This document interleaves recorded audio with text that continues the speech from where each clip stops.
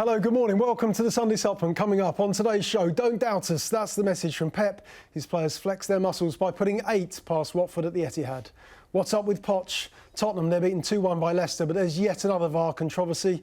And Liverpool, they're under scrutiny. It emerges they paid £1 million to Manchester City over allegations that they hacked into their scouting database. Breaking cover this morning, Paul Hayward is chief sports writer with The Telegraph. Jonathan Lewis, chief sports writer with The Independent, and Jonathan Northcroft is the football correspondent with The Sunday Times. Morning all, thanks for joining us this morning, particularly to you, John, because you were up at the Etihad yesterday, which we're going to get straight into after we've had a look through the papers, the back pages. Don't forget you can tweet the show at Sunday Sup. The best will appear on screen over the next 90 minutes. Let's have a look at those papers then. Manchester City beaten by Norwich last weekend at Carrow Road, but what a reaction in the Champions League in the week. And then yesterday, an 8-0 victory over Watford at the Etihad. And don't dare doubt us, that's the message from Pep on the back page of the Mail on Sunday this morning. Slaying on the back of the Sunday Mirror, but also staying. Pep Guardiola's wife, she's moved back to Barcelona, says Simon Mullock, but Pep will see out his contract at Manchester City. This story here as well, Ole Gunnar Solskjaer warning Zinedine Zidane off yet another move for Paul Pogba. He says he's not interested in Real Madrid and not interested in what they've got to say. Back of the Sun, it's better 8 than never, reflecting on City's 8-0 victory over Watford. Pep the Remainer on the back of the Sunday People too. Just mentioned that story. What about events though at the King Power yesterday? Where's it all going wrong for Tottenham? Could be on this because of this decision. It's farcical. Yet another decision which we'll talk about a little bit later on in the programme. Tottenham thought they were 2-0 up. They got that wrong. Leicester went on to win that game 2-1. Maddison, what a goal, what a strike for him at the King Power. Belting goal in front of the England manager Gareth Southgate yesterday. And we'll talk about this story in part 4. This is from the Times. Yesterday, it's Liverpool's spy settlement. Martin Ziegler, an excellent story this, says that Liverpool agreed to pay a settlement of £1 million to Manchester City over allegations, we should say, that they hacked into City's scouting database, their scouting software. We'll talk about that in part 4. And we'll talk about this now, though. And it's ruthless, City. They swarm all over the Hornets. This is Jonathan Northcroft's report from the Etihad yesterday. And, as luck would have it, timing's everything. Jonathan's here. Good to see you. Thanks for coming this morning. The other bit I love is your sports editor always puts a nice tease in to say, watch the Sunday Times football correspondent, Jonathan Northcroft. Well. It is getting bigger. Your name is getting bigger. City's wins are getting bigger as well, though, because they won 8-0 yesterday. Just talk us through it and the manner of the destruction, because 5-0 up after 18 minutes, it was ruthless. Oh, it was exceptional. I mean, you know, often in these sort of match reports, you say it was 8 going on 18, and it's a slight exaggeration, but this really was going on 18. City were that good. I mean, it was all that's great about the football. They were moving the ball so quickly. They were creating angles that Watford just couldn't defend. They were scoring all sorts of goals in the one-on-ones. They were superb, particularly Mahrez and the 2 Silvas, and then Kevin De Bruyne just stood above it all. I think it's the first time I've ever given anyone 10 out of 10 in a match report. I'm quite stingy with those marks, but you know, he could have scored a late goal to make it 9-0, and that would have been the Premier League record. But apart from that, he was just on a different level again. And I think, as a response to what happened to them at Norwich, what was most striking, and I think what most pleased Guardiola when he spoke to us afterwards, was that at 5-0, after 18 minutes, which itself was a record, the standards didn't drop at all, the intensity didn't drop. In the second half, they were possibly even better.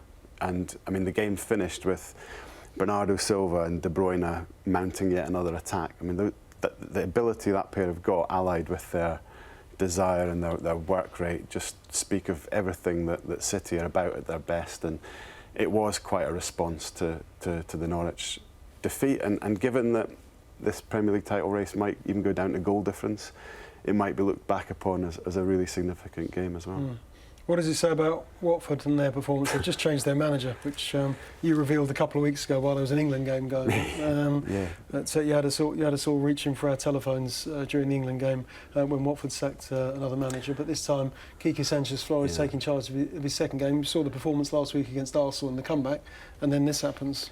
Yeah, I mean, the odd thing was that, you know, everything that you associate with Quique is tight organisation, compact teams, playing with a certain spirit, and I think those are the things he was brought back to try and provide, given that Javi Gracia maybe allowed the team to slacken off a little bit, and none of that was present. It was one of Watford's worst performances since they went back up to the Premier League.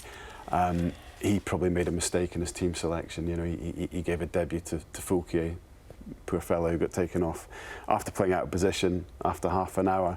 And it was just curious from the difference between that second half against Arsenal last week, where you could see the bounce that Kike was providing. You could see the sort of impetus back in Watford to be quite so slack was extraordinary. And I mean, I suppose such is the nature of that club that in the press conference afterwards, Kike was actually asked about the owners and a sort of oblique question about his future, which after 2 games in a managerial stint must be an absolute record. I guess for him, the good thing is it was Man City. You can always write off a defeat against Manchester City. And he pointed out that historically Watford have been City's whipping boys. You know, I think they've lost 33 goals in 7 games against them. So, you know, the message was this isn't anything to do with me. This is just what happens when we play City. But you know, he will have to very, very quickly wipe that out of the memory, because they're bottom of the league, and this is what he was brought back to avoid. You've been very charitable with your ratings this morning, with the Watford players particularly. Ben Foster's 6, your man Femenia 5. Well, Foster made some good saves. Yeah. Yeah. We needed to. I mean, it was a couple of things. Aguero actually had a poor game, and Foster made some really good saves. Mm-hmm. Sterling and Jesus were on the bench, so it could have been a lot worse for Watford. Yeah. I probably should have. I mean, I don't like those ratings when people give a 0 out of 10 as show. As Paul McCarthy, my former sports editor, said, you get 2 just for putting the shirt on. Yeah, pretty much 2 for trying. I mean, you know, it was as much a collective thrashing as down to any individual playing badly. I mean, Fulquier didn't do anything particularly wrong. He was just lost like the rest of them. It was just an odd performance in terms of the total lack of commitment that Watford seemed to have. But I guess losing, I mean, City's first 5 shots were 5 goals, and Guardiola pointed out that you can have 15 shots in a game and not score. So, you know. Yeah, this was ruthless and at their punishing and mesmerising best. Paul, did we see this performance, this type of result coming? If it hadn't been for last weekend was the shock, wasn't it? It was the reminder, and probably good for the game to prove that teams outside the established order can beat the top teams still. It does happen from time to time. But this reaction, is this typical of City and where they stand in the game now? Makes Norwich look like a very good team, doesn't it? Or it would have done had they not gone to Burnley and lost 2-0 the following week. I thought that the Norwich win over Man City was exhilarating because of the way Norwich played. The speed of their passing, the angles of their passing is amazing. But then, and also because just as you think the Premier League is turning into a kind of royal procession with 2 teams at the front, you know, a newly promoted team upsets probably the best team in Europe. And the reaction, of course, is that a team who they beat, 6-0 in the FA Cup final last season? So they've beaten them 14-0 now in 2 games. Watford, who to me look like a club who've completely lost their way. All the fluidity and the churn is catching up with them. They're demoralised, and they just walk into this, you know, frightening response from Manchester City. And I guess we've seen that type of performance often from City. They're irresistible in that type of form. You know, they'll race towards double figures in those types of games, but they did it against a club who are completely demoralised. But if you're a City fan, you'll feel from that result that although Liverpool looks strong and Liverpool have just taken an early lead in the title race, that you know, City aren't going away. Can you ever tire of when City play like this? When they refine their system to such an extent that they can put 8 past Watford and score 5 in the first 18 minutes. Can you ever tire of it? I think you can. I mean, I thought it was a beautiful performance, but I think the Premier League is going to have a slight issue in subsequent seasons if the top 2, if the league gets stretched out to an extent where the top 2 are regularly dishing out thrashings on this sort of scale. If you see a 10 or 12-0, I think you are going to see, you know, questions asked about whether the standard of the league is becoming too unequal. That said, you know, it was a strange one to analyse. Like Pep said, it's not often you get a team that's 5 goals up after 18 minutes. So the rest of the game was almost kind of an anomaly. And so it didn't really tell us anything that we didn't really know. We knew City were capable of this. We always knew that they had a thrashing in them, especially if Watford are as poor as they are. What it doesn't tell us is whether they're going to produce the consistency that they did last season. I mean, everybody knows what their ceiling is. And everybody remembers that 9-0 that United dished out to Ipswich. What fewer people remember, they didn't win the title that year. Blackburn did. So it's whether City can replicate that week on week. Yeah, you said that the fear in the future will be if Manchester City and Liverpool start dishing out these kind of results regularly. What's the answer for the rest of the Premier League? Is it cash? Better recruitment? I'd say better scouting. We'll get onto that in part 4 of today's programme. But what's the solution for? We'll get onto Tottenham in the next part, but. Of course, they're in the mix here. They got to a Champions League final last year, but how far behind are they? Yeah, I mean, it's not a question with an easy answer, because the forces that have made the biggest teams in Europe, and obviously this is not an England-specific problem, so much better than they used to be, and so much better than the domestic competition that they face, goes well beyond English football, goes well beyond football. They've managed to stockpile not only the best players and a lot of the cash, but also a lot of the expertise. So I don't know. Like, people talk about a European Super League as something that is going to become inevitable, I think, rather than and actually maybe even desirable in the future. Because if you're getting, what we've seen in La Liga or in Serie A or Ligue 1 in France, where the domestic league becomes a bit of a procession for the 2 or 3 biggest clubs, or sometimes even just one club. What, frankly, is the point of that league anymore? But so are you in? Sorry, John. Are you in favour of it? I'm not. I mean, in principle, I'm not. But I think there will come a point where it becomes inevitable, and also it might become the only real solution to it. I mean, unless you totally rebalance the finances of football, which I think is a less realistic prospect. I mean, if some of the money that flowed into the Premier League actually filtered down the pyramid, you'd have a more equitable game. But I don't really see that happening realistically. I think that what distinguishes Liverpool and Man City, though, is that apart from the money, is that both those clubs have made a cluster of really good decisions over a number of years, and they're reaping the benefit of that. And it is cyclical in the end. Other clubs chasing them have made a cluster of bad decisions over a number of years. I'm thinking particularly of Arsenal and Manchester City. So Liverpool and City have got wonderful managers, and they've recruited properly. They've made excellent choices all the way through and built up strength through that. I think that differential will erode over time if the other clubs start making better decisions. And Manchester United and Arsenal are certainly trying to make better decisions, and we'll find out, I think, this season whether they have. What was the atmosphere like at the Etihad yesterday, John? Because I always think of people sort of fans. It's kind of generations of fans drive into the game thinking, Watford, they'll get a new manager. It's a tricky test, this one, and they lost the cup final 6-0, and they want to react. They won't lie down. Yeah. And then this happens. But how did City fans react to it? Well, I always find City a split fan base, because there's the old school City fans who've been through all the bad years and who would have gone to the game. Yeah, I think that Watford will get 9 in the second half. Yeah, well, that Andre Gray might come off the bench and all that kind of stuff. But then there's new City fans, and in the main stand in front of the press box after the game, you had these kind of tourist fans holding up 8 fingers and getting their photos taken in front of the pitch, and all that kind of the hoopla and the tunnel club sort of shuffling off for the canapes. I mean, it wasn't a surprised atmosphere.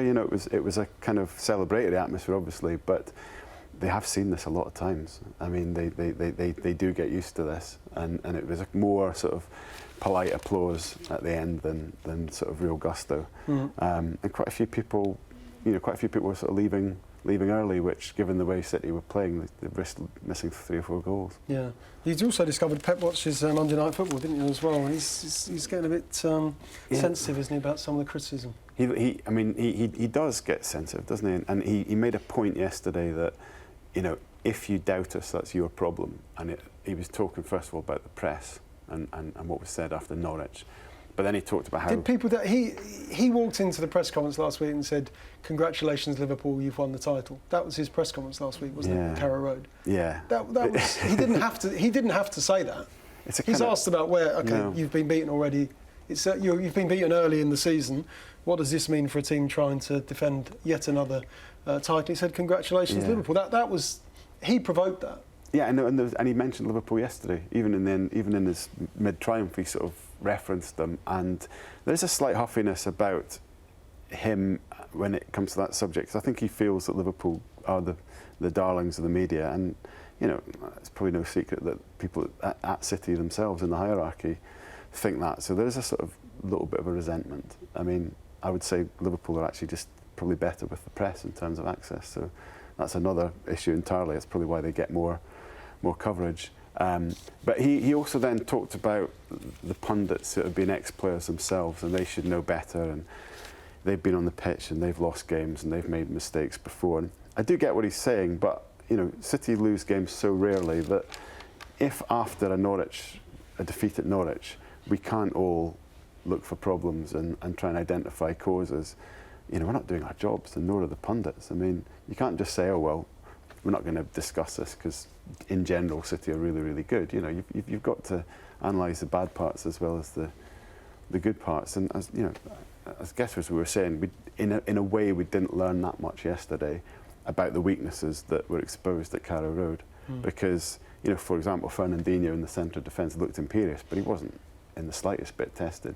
Even Otamendi looked like a player, but we know he's not. So, and I have to say, the way Fernandinho talks about that central defensive position, it's with if he has to play there, it's with complete command and poise, saying, "Well, if I have to play there, I'll just boss it here instead of bossing it in the centre of midfield." He's very comfortable.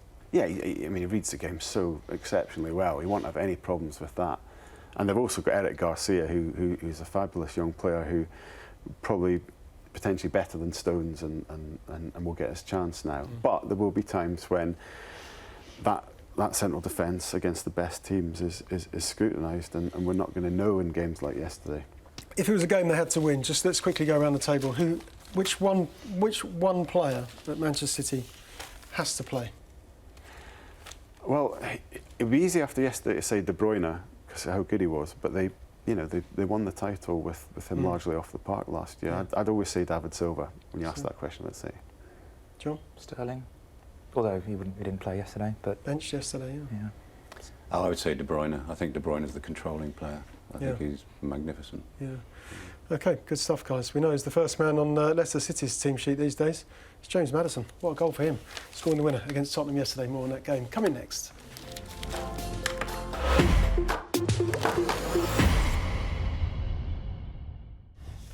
Welcome back. What was the story yesterday at the King Power?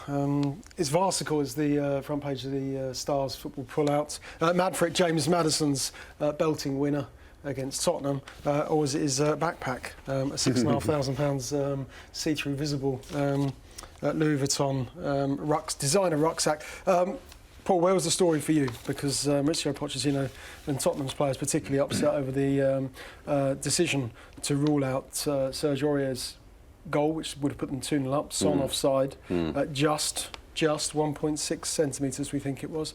But obviously Maddison's goal is an absolute pearl too. Yeah, well, the offside first. This is the area that we keep arguing about, these tiny margins, and whether VAR should be looking at these marginal offsides and going through it with a slide rule and drawing lines across the pitch and re-refereeing everything. That's not why it was set up, as far as I can see. But what was it? Okay, for you, Paul, what was the sentiment behind VAR? The sentiment behind VAR was to correct clear and obvious errors. It wasn't to re-referee tiny issues, and those offsides are tiny issues. I think that the referee in general should have the say on those topics. But I mean, leaving that aside, the story of the game to me was Maddison and that goal, because I think Maddison's a player of real promise. That was a stunning goal, and what it said about him is that he's a player who affects outcomes. He imposes himself on games. He wants the ball. He wants to change games, and I think he's at a good club now for his development. I think Leicester are a really good side. I like watching them a lot, and he hasn't jumped straight into a traditional top four club, and I think he's developing at at a good rate, and the challenge for England will be to find a role for him, a position in the England team. It's the way he talked yesterday. He felt frustrated that he hadn't played in the international, sat on the bench. Does that just underline and underscore his confidence and belief in his own ability? Paul mentioned the word promising there, which I think most people would probably use that term in the game. I don't think he'd use that about himself, would he? No, last season was a big leap for him in terms of moving up from the Championship. This season, I think he's improved again. I mean, last season there was some stat about how he created more chances than anybody in the big four leagues. His decision making has actually improved this season. He's, I think, a little bit more judicious with the pass. I think Brendan Rodgers has worked on him on the defensive side of his game as much as anything, actually. But as we see, he's still got that big game impact, the willingness to influence the big moments. And I think missing out on, I'm not sure where exactly he fits into the England side.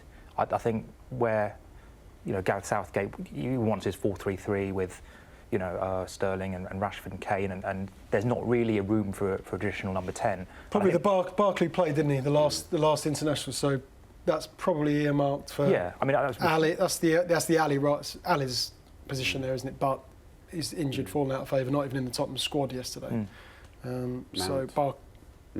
Mason Mount, and those are the players vying for that Dele Alli role. But I mean, if he carries on playing like this, I don't really see how you can build a squad, certainly without incorporating him into it.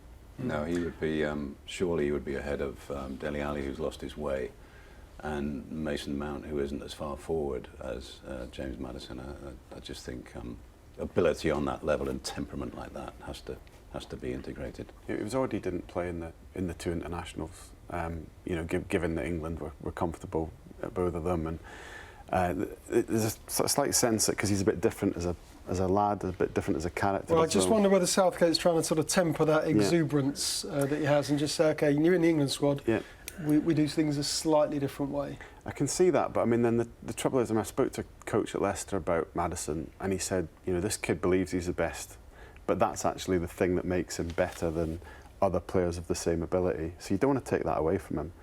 And you got to, it's lovely that Gareth created this sort of very, cohesive England where they're all on the same page. But it's always about getting the individual in as well. That's one of the challenges of sport, isn't it? Getting individual talent in, and England haven't been good at that. You think of the Letizier's and even a Joe Cole who they didn't know what to do with, and you just wonder if Maddison will suffer the same fate. It would be a real shame because he's Paul said he's the match winner. He's a guy that will affect a tight game because he believes he can do it. Yeah, showed his ability yesterday with that finish from the edge of the area. Just talk us through Brendan Rodgers and the influence and the impact that he's made at Leicester, because this is his biggest result since he's been there, isn't it? This is the defining result of his reign so far. It says we're here, and James Maddison said, look, we're a big club now, we're involved, we're in the mix here. But Brendan would probably have a slightly more elevated way of saying that. But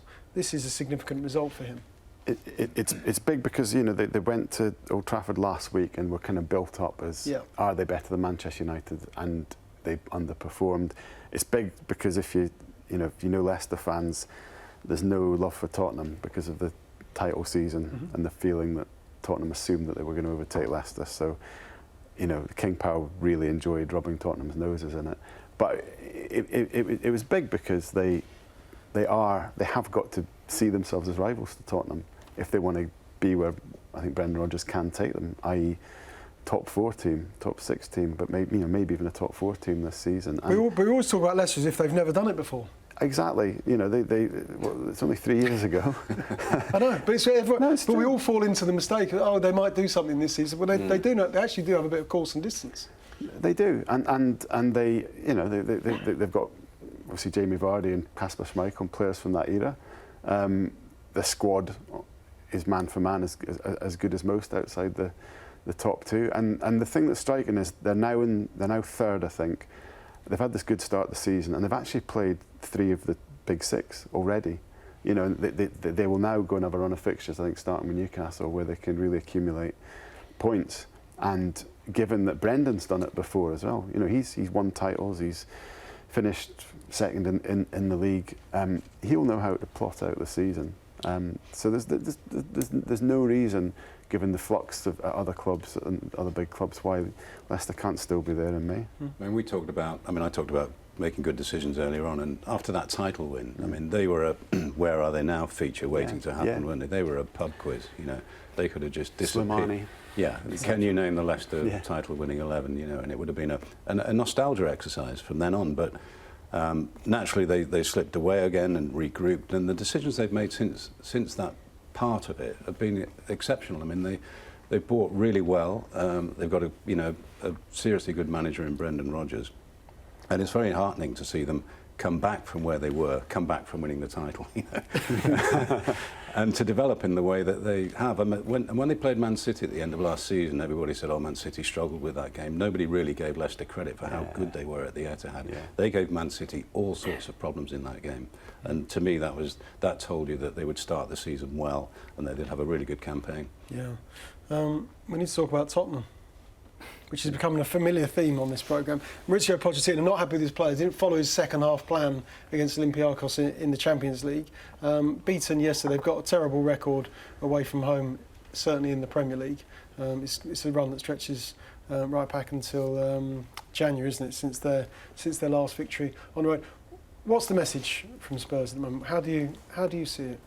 Well, I think the one bright spot for them is that I still think they look better than they did this time last season, when they had a couple of defeats in the Premier League and they lost to Inter Milan in the Champions League. They look really shocking, and they don't look quite as bad as that this season. I mean, a lot of the build-up play yesterday was actually pretty good. If Aurier's goal isn't ruled out, that they're 2-0 up, they win that game.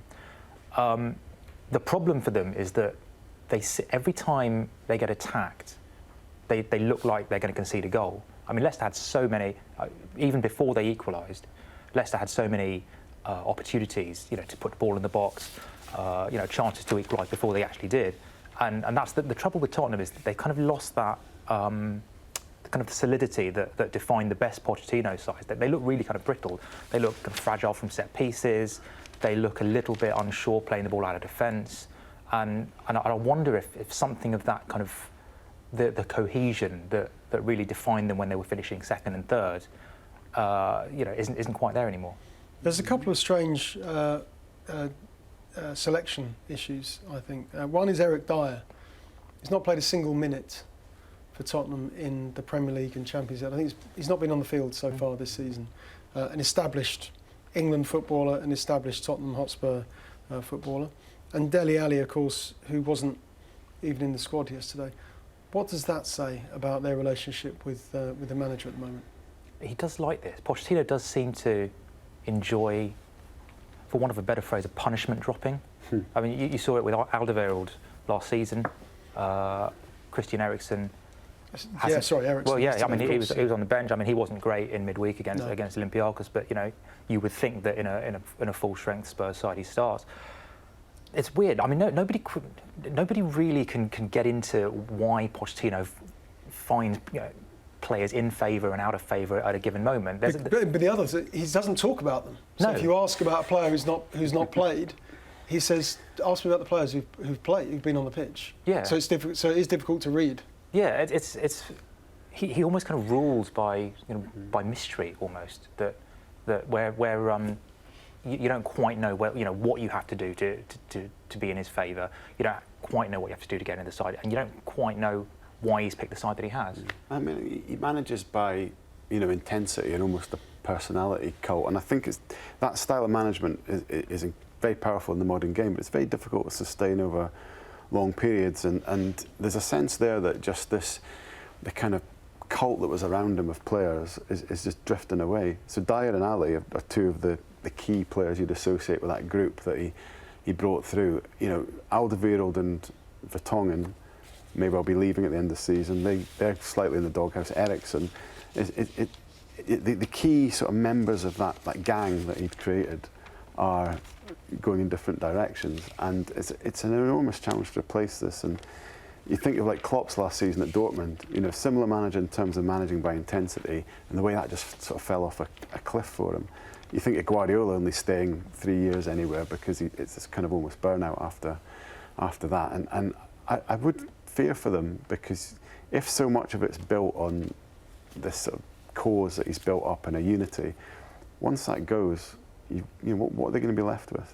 Yeah, if you're outgunned on wage bill and squad depth compared to the clubs above you, and you've built your whole identity around this cohesion that John talked about, if you start to chip away at that by falling out with individual players, you know, it can gather momentum very quickly. The manager might then become a bit embittered and start thinking, why am I still here? I maybe should have timed an exit better, and that can deteriorate very fast. I think on Dyer and Ali, to be fair to him, I think Ali had a dreadful campaign. Dele Alli had a dreadful campaign last season, and I'm not surprised that Pochettino's lost a bit of faith in him if he has. And Eric Dyer equally stagnated last year, and you know, as I understood it, there was a good chance he was going to leave the club in the summer. He's still there, but you're right, Pochettino, if he thinks you're no use to him, he can be quite ruthless, and that's a risky game given where Spurs are at the moment. But the problem he's got is he's not at a club where he can then sign big replacements. Yeah. So that actually takes away a little bit of his power over players. I mean, the new signings haven't really arrived properly yet, have they? We haven't seen anything from them yet. That's going to take a while. Maybe they'll add something, but it doesn't look very good for them at the moment. Short term, what does he do to change things up? He changed 6 players yesterday. That was his decision yesterday. Okay, Hugo Lloris didn't play because his wife had just given birth overnight. So of the other 5 outfield, so he changed 5 outfield players, which are all of his own volition. It was his decision to make those changes after after draw against Olympiacos in the Champions League. What are his alternatives? Well, I guess you hope for a bit more improvement from the players that have stepped up for him this season. Aurier's had a good season so far. You hope for a little bit of, I guess, a little bit of order. I mean, the way that managers kind of impose this sort of almost dictatorial style is by you need allies in the who are your eyes and ears in the dressing room, who are the ones that are enforcing order. And if you've ticked off, you know, a load of the players that were once enforcing your standards for you, then things can go downhill really quickly. And in the short term, I suppose there's a physical improvement to come from Spurs. I think they've looked a little bit leggy in the early weeks of the season, which may be kind of a product of the pre-season that they've been through and the slightly kind of disjointed summer that they've had in terms of players signing and you know the shenanigans over the window. I think there is more to come from them, but I think that there's a real danger that they won't make the top 4 this season. They won't if they lose games in the manner that they did yesterday. Lost 2-1 up at Leicester City. OK, next up we're going to talk about one of traditionally the big games in the football calendar. It's this afternoon. It's at Stamford Bridge. It's Chelsea against Liverpool.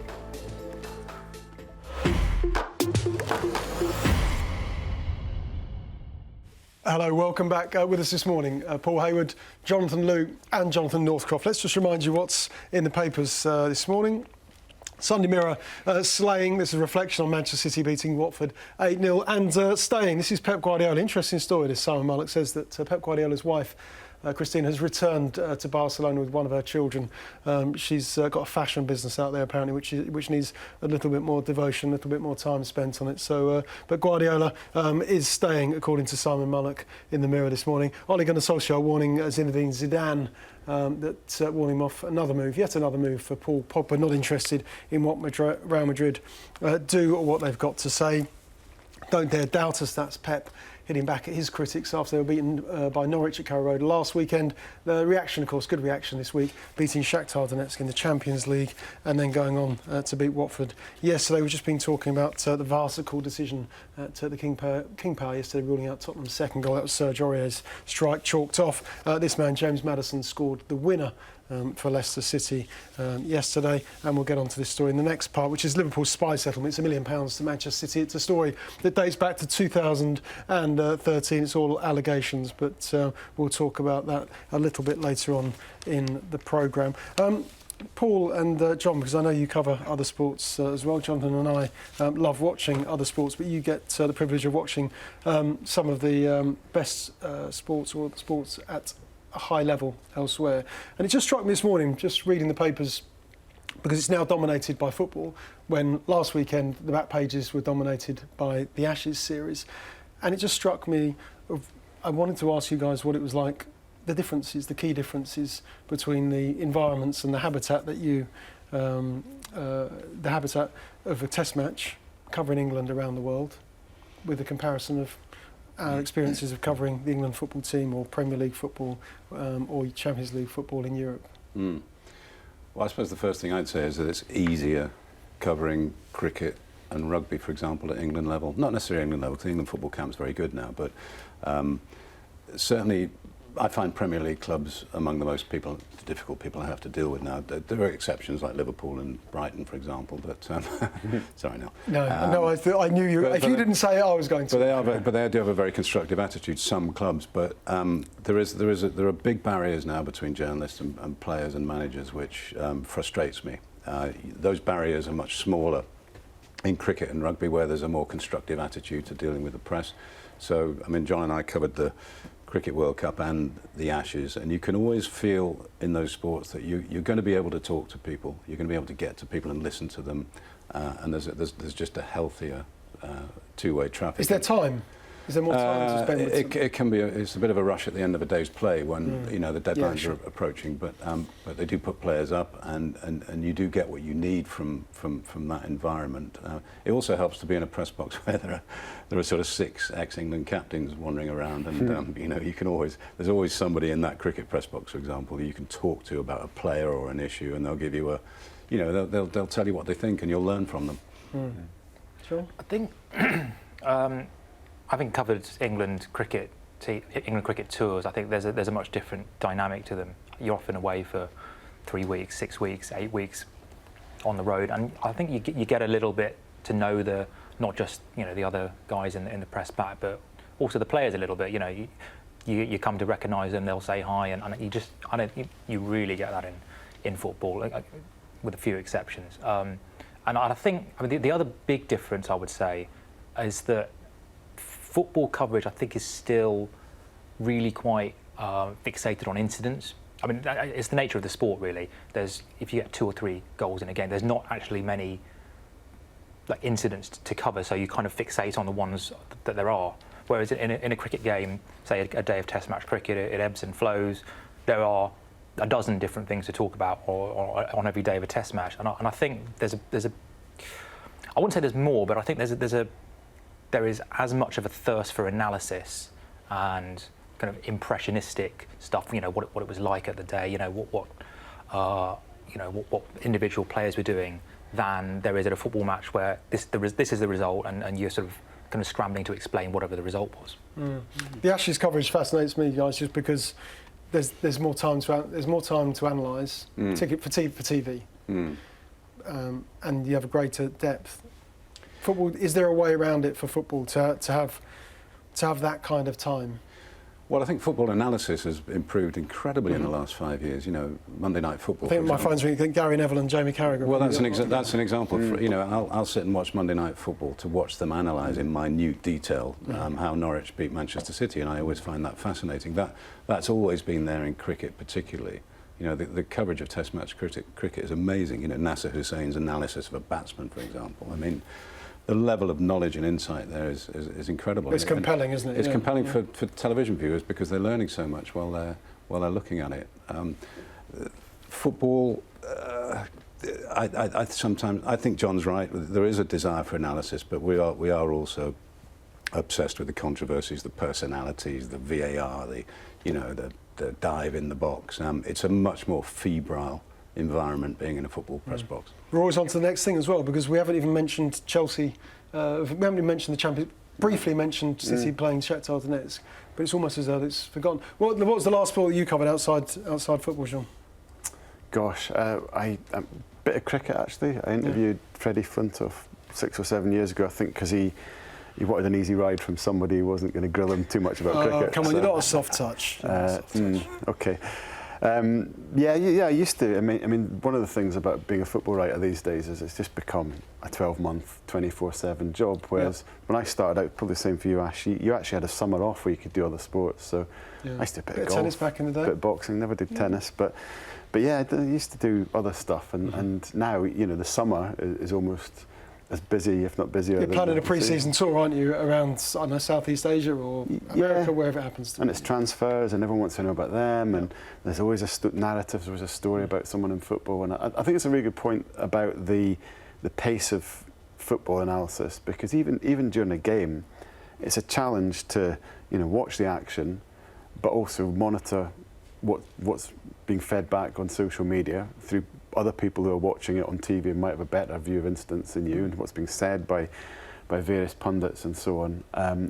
You know, you're almost overloaded with information all the time, and even when you're writing your match report, there's a sense that things are going to move on very, very quickly. Whereas I think in cricket, as John said, there's a sort of greater sense of timelessness about a day's play at cricket that stands alone and isn't going to be sort of spoiled by the next thing happening. Yeah. And I think a prime example of that would be Tuesday night, Chelsea against Valencia, because you wouldn't see a match report or back page which didn't reflect on the Ross Barkley penalty in the last few minutes of that game. Everybody felt compelled, I need to write about this. Yeah, which is perfectly correct, because we all know that the game...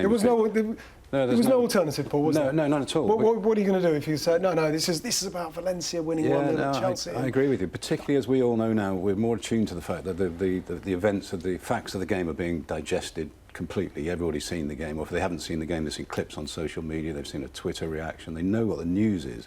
So your job the next morning is to look at that incident and say, what did it say about, you know, Barkley or Willian or whatever it is, the management of the side, and that it becomes a talking point rather than a news event, you know. Who should have taken that penalty? Oh God, well, not. There were a few crowded around it. Tammy Abraham looked like he was making noises. Lampard, I would say, should have taken it. True. He used to be brilliant. Yeah, particularly at that end. I mean, I think I'd have done a better job than that. Hit the target. I don't like the idea of he feels confident. Make the keeper work. Make the keeper work. Yeah. I mean, just because you're confident doesn't mean you're going to be the best man for the job. You know, I don't like that approach to penalty taking. It's got to be more systematic than that. And just because Ross Barkley felt like he was going to score. But he's the anointed penalty taker. Frank said, well, that's what Frank said. I'm just going by by his words. He said Ross Barkley's the penalty taker. The problem was he just walked onto the pitch. I just find it odd that in an era where clubs have even employing throw-in coaches to make the most of set pieces, that the set piece where you get the maximum chance of scoring a penalty isn't completely rehearsed to the point by a club that everyone knows who the penalty taker is. So even if Frank says that Ross Barkley was the anointed taker, teammates didn't seem to know that, and that just seemed very odd. Yeah, Willian definitely, he fancied it. He wanted to take that penalty. He didn't need much. He wouldn't have needed much encouragement, would he?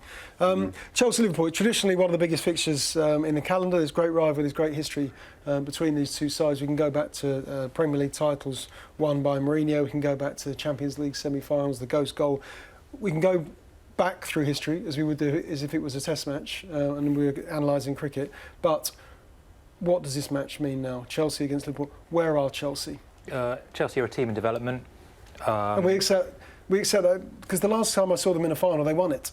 Yeah, unless you count the Super Cup. Okay. But yeah, I mean, this is essentially a team at a quite an early stage in their evolution, playing a team that are kind of highly evolved, certainly. And I think what we've seen in Chelsea's early matches is the makings of what Lampard wants to do with them, with the ball, without the ball. But there are still there's still quite a lot of work to do. I mean, if you look at how Liverpool press, for example, the front three press, and then if you play your way through the initial press, the midfield are on you. Henderson's on you, Wijnaldum's on you. Chelsea don't quite have that. I mean, the amount of space they've left in midfield in some of their early games has been quite shocking. You get Jorginho having to basically cover 40 yards all on his own, and that's one of the things that makes me feel that if Liverpool kind of get into the game early and it could get quite ugly. Yeah, I like what's happening at Chelsea. I don't think it's necessarily happened because the club suddenly become romantic and idealistic about academy players. I think it's a reflection of the fact that the owner has stepped away. They're having to find a different formula, and they've appointed a manager who's got all the credentials to bring players through.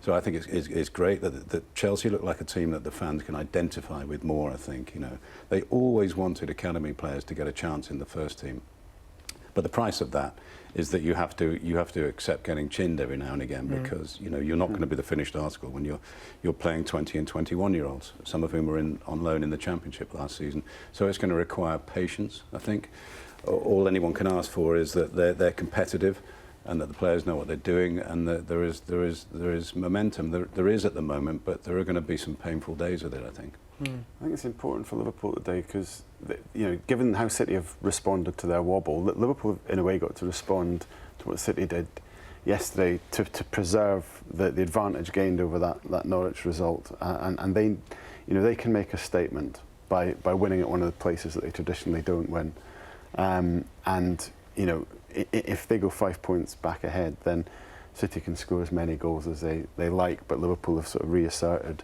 Do you think the mentality of the dressing room? Our reference point, my reference point, you guys may have maybe different, but my reference point would always be that dressing room spine.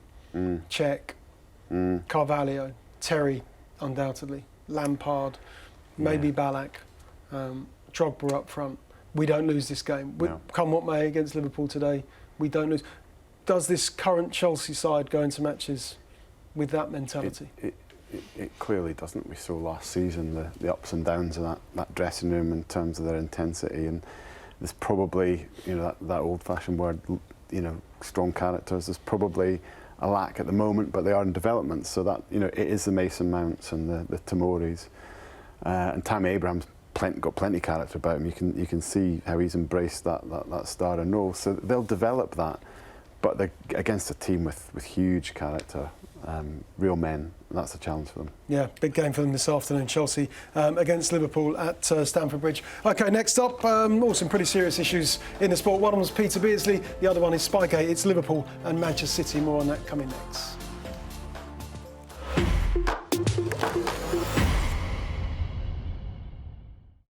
OK, let's talk about one of the serious issues of the week, particularly serious, which is Peter Beardsley, suspended from all football activity for 32 weeks by an independent tribunal, charged by the Football Association. The tribunal found that Beardsley's remarks to various Newcastle Academy players were obviously racist and wholly unacceptable. We should say that Beardsley's response to that was he was surprised and disappointed by the panel's findings, and as always denied them. But the facts remain that he has been found guilty and is suspended from football activity for 32 weeks.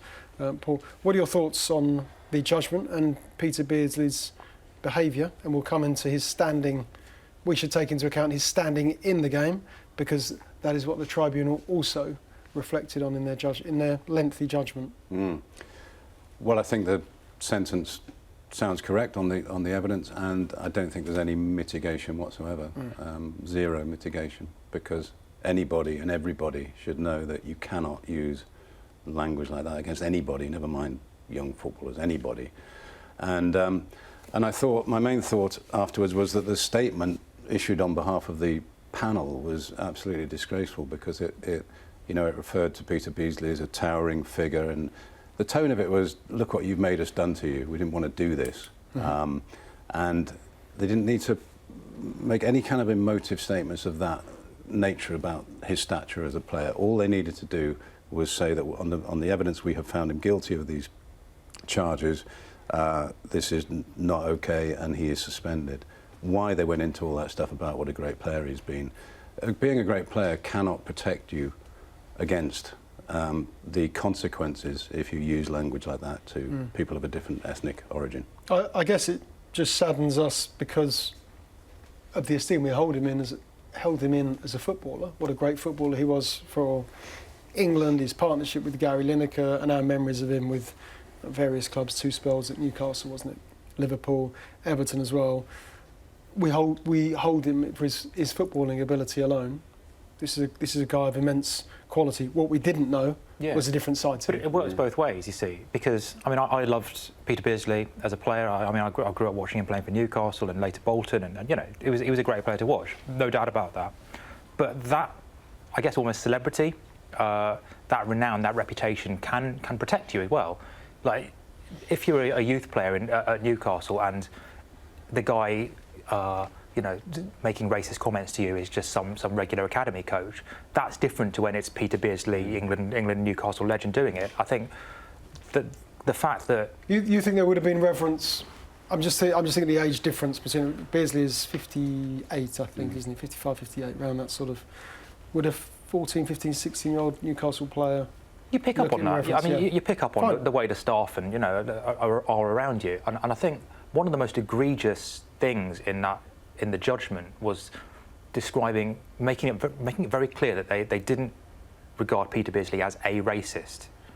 You can say racist things, but you're not a racist, and I think it's increasingly weird distinction to draw. Like, how many racist comments do you have to make before you can be a racist? I thought that was quite a strange thing to say, and I think it shows that there is still a real problem, not just in football, in wider society, that comments that are made, I guess, innocently. I suspect, it's possible that he didn't mean to cause offence, but comments of those nature are not seen as racist by the people that make them.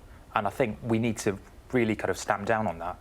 But the only thing I'd say, John, is if someone pulls you up and says, oh, come on, don't talk like that, then that's an education in itself, isn't it? It's someone pulling you up saying, we won't necessarily report you to the authorities on this occasion, but please don't use language like that. Certainly not around us. We don't like it. We find it objectionable.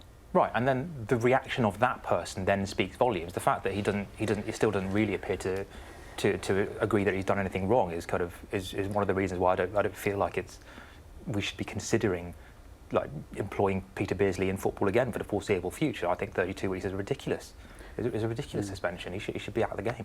I mean, John's right. You can never prove, let's say, someone is a racist. That's redundant. It's whether have they acted in a racist way, have they racially abused somebody. That's what's on trial. You don't try someone for theft, but then try and take into account, well, has he done a lot of thefts in his life? I mean, you prosecute the offence and you draw your own conclusions about the person, but it's the offence that's important, and it's the behaviour that's important. We don't get anywhere by trying to go inside someone's psyche.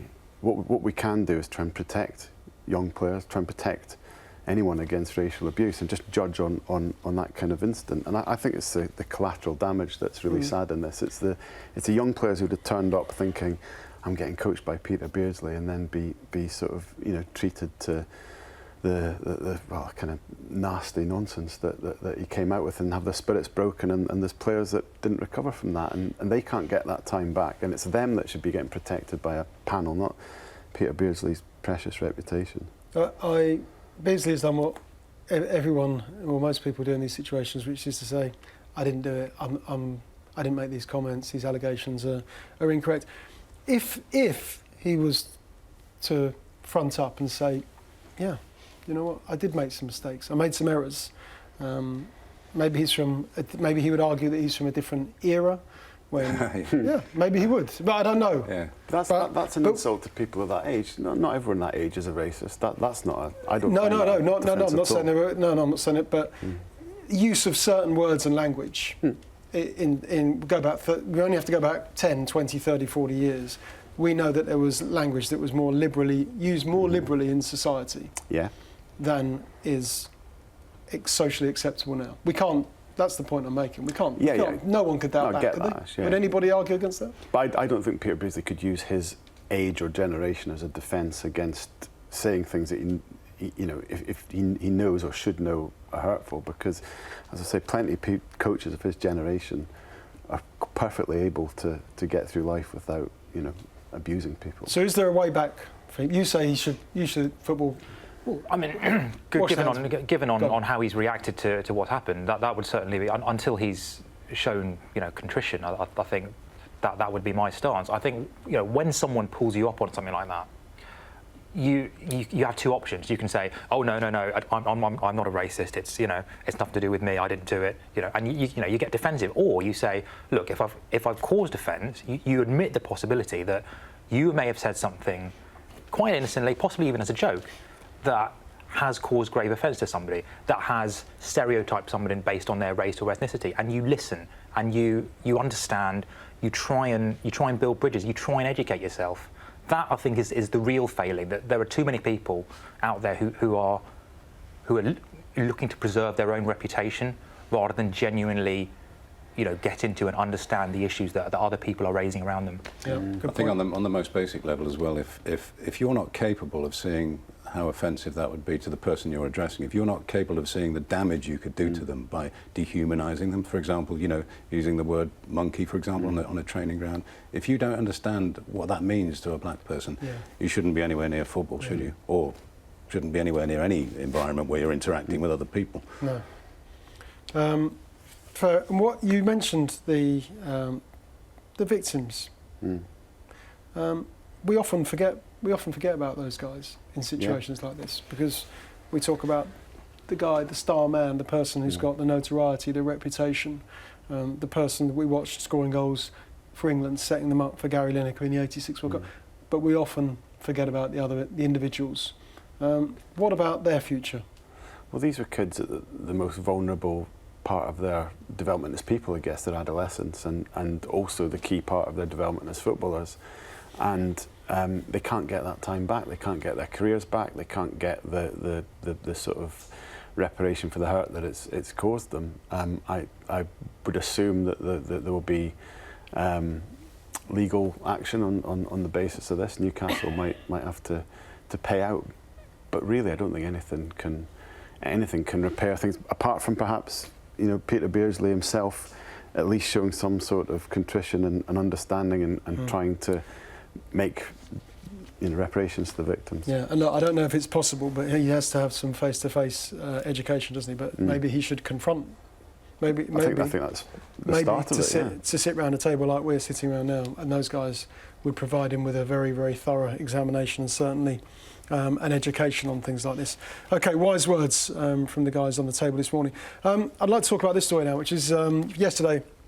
In the Times, actually, I'll just hold it up again, which is Liverpool's spies settlement. Great story, this, by Martin Ziegler. It's a story which surfaced, and we were reminded yesterday by Steve Bates, originally 6 years ago, I think it was, wasn't it, John, that Manchester City were looking into allegation, or they felt, or they believed that their scouting software may have been hacked into. Yeah. They were looking into that story 6 years ago. Martin Ziegler believes he's got to the bottom of it, because he says Liverpool have paid a £1 million settlement to Manchester City after City made a complaint that the scouting system had been hacked into. Mentioned two of the scouts who moved from City to Liverpool. Dave Fallows, now Liverpool's head of recruitment, and Julian Ward, who was Liverpool's European scout in, I think, Portugal.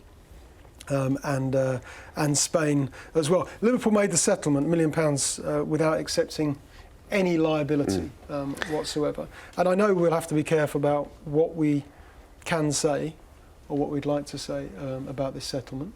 And if you could tread carefully, because Liverpool have yet to make a comment in response to this. But what was the view at Manchester City yesterday? Because Pep has spoken about it. Yes, I mean, it was an intriguing dynamic because he did speak about it, but he didn't want to directly address the facts of this story. He talked generally about you can't keep secrets in life anymore, and made a joke about don't use your phone, and then he went off on one about Bielsa and tried to talk about Spygate last year. And there was a club press officer sitting next to him, and Pep said twice the club may make a statement on this, and the press officer was like, no, we're not. And I think you go back to the fact that... I know Simon Higg, he doesn't want to work on a Sunday job. Sorry, Simon. Who does? And I think, but you have to go back to the fact that this story is from 6 years ago, first of all, where Guardiola wasn't at the club. But in the set, what we know is that Liverpool have paid £1 million. It followed allegations that Manchester City's system had been hacked into, but the settlement did not involve Liverpool admitting any wrongdoing or the individuals involved. So that's all that can be said about that, and that's possibly why I wouldn't expect Liverpool to be making a public statement, nor City, because of the terms of that legal agreement. I mean, the couple of issues are that the Liverpool scouts or recruitment personnel involved are incredibly important to that football club and very, very good at their jobs and highly rated, being Michael Edwards, Dave Fallows and Julian Ward, who's now the loan manager. So it does involve senior people who are named in that story. And of course, it comes against the sort of backdrop of this sort of growing rivalry. City-Liverpool rivalry. It's a really, really significant story. I'm just not sure, because of legal things, where it's going to develop next, because there does seem to be, both clubs seem to want it to go back away. Yeah. 6 years. The fact there's 6 years difference as well. September 2013, the settlement took place. That probably helps Liverpool here, isn't it? Because it's such a long period of time. I mean, one thing I'm a bit uncomfortable about on Liverpool's part is that Steve Bates did have the story 6 years ago. I think Simon Mullock did too, and at the time, sorry, Simon. Yeah, I should have mentioned Simon. He did as well, and at the time, I think they put it to the clubs, and they got a very strong reaction from Liverpool. Now, part of the convention of having journalism is you've got to try and be honest on both sides, and you shouldn't be issuing a denial when it's, it's not. When actually, it may well be correct, yeah. Okay, that's the Spurs settlement. Great story from Martin Ziegler in the Times yesterday. Okay, next up we're going to talk about some of today's games, but also one of yesterday's. Everton beaten again, this time by Sheffield United at Goodison Park. More on that game coming next.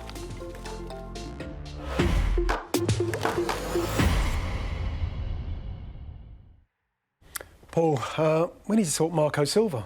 Do we? We do, yeah, we do, if you don't mind. Everton lost yesterday against Sheffield United, and just sensing the reaction yesterday, reading Dominic King's piece from that game, and it just strikes me that Marco Silva may not have knitted into the fabric of that football club. How important is that? Is it actually necessary to respect the traditions, the history, the pedigree, the illustrious past of that football club, or is it's Marco Silva's way, and he's got to find out a way to make those new signings gel and turn this team into a winning football unit? Well, I heard a phone in last night. A couple of Everton fans came on, and I've never heard such despair 6 games into a season. They'd absolutely given up, and one of them was asked to nominate one good thing about Everton, and I think he said the final whistle or something. And they were really depressed, these guys, and then I went back and had another look at it and noticed that Marco Silva looked particularly dishevelled in the dugout.